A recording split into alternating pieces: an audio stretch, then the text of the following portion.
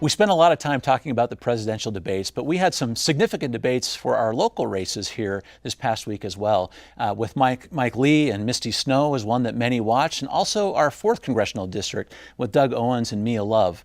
Let's go down the row here, starting with you, Senator. Which one of these debates you thought was most interesting and why? I think the Mia Love, Doug Owens debate was the most interesting because Mia, she's an incumbent, she's a Republican, she's up by 18% or so in polls. She's going to win this race unless something really changes.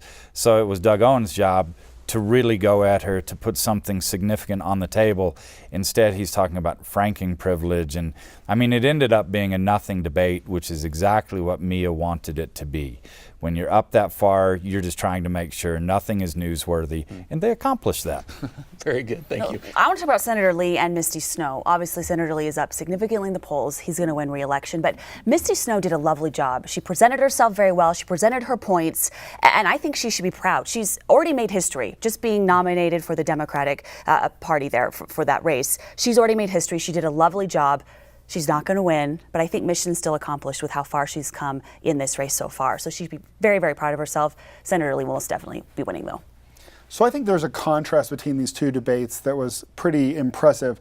In the 4th District debate between Mia Love and Doug Owens, there's a little vitriol behind the scenes. This is the second time they've run against each other, and you could tell that there's not any love lost there. So their biggest issue was about glossy pieces of mail that Mia Love has sent using her House account.